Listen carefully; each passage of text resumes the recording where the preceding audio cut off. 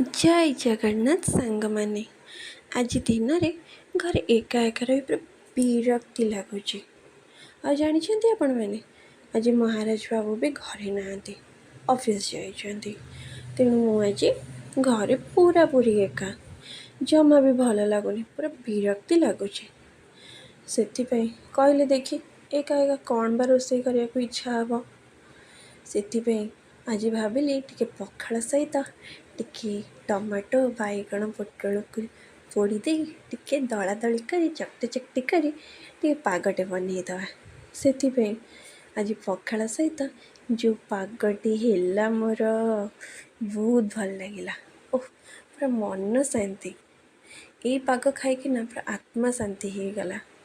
तेणु आपण मैंने भी कहीं अपेक्षा कर आपण मैंने भी थरे एमती ट्राए करंतु केमती लगिला कहबे निश्चिंत।